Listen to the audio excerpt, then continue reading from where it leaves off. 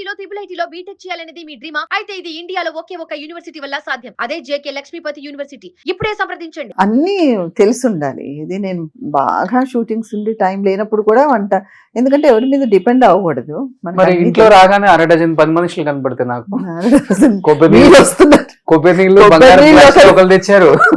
మీ బంగారం గ్లాసు బంగారం గాను అది బంగారం కాదురా బాబు. గ్లాసు కింద పడేసి విరగొట్టి చూడండి, అప్పుడు కానీ మీకు తృప్తి కలిగేది. ఆ? మళ్ళీ ఇంకోటి తీసుకొచ్చారు, ఇంకొకటి తీసుకొచ్చాడు. వరుసగా మీరు వస్తే మీకు తగ్గట్టుగా ఉండాలని. ఓకే, అలా అరేంజ్ చేశారు వాళ్ళకి.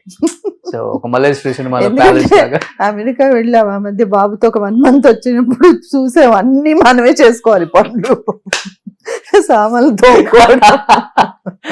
అక్కడ అంతే కదా. అక్కడ ఎందుకుంటారో అర్థం కాదు. అందుకని ఇక్కడ ఉన్నప్పుడన్నా మనం హాయిగా అనుభవిద్దామని. ఇక్కడ బాగా ఓవర్ బిల్డప్ చేసే వాళ్ళు అమెరికా పంపాలి ఒక నెల. డెఫినెట్ గా అబ్బాయిలని తప్పకుండా అబ్బాయిలు నిజంగా పంపాలి. అక్కడ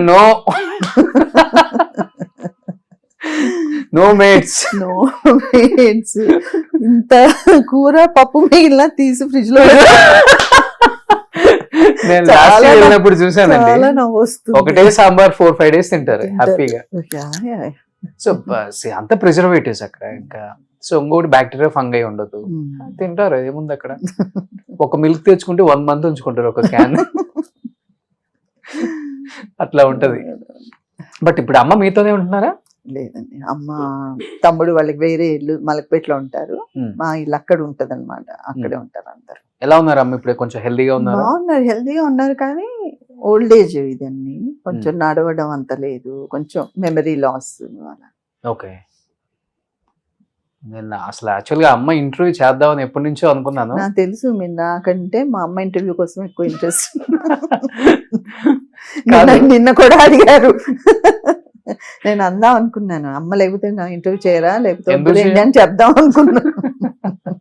కన్నడ హీరోయిన్ కదా మీరు, కన్నడ వాళ్ళకి ఇంపార్టెన్స్ ఎక్కువ ఇచ్చారు, మీడియాకి మాకు తక్కువ ఇచ్చారు. అలా ఏం లేదు, అంటే నాకు అనిపించేది ఏంటంటే మనం ఏమైనా చేస్తూ ఉండాలి, చేస్తున్నప్పుడు ఎవరైనా ఇంటర్వ్యూ ఇస్తే బాగుంటది.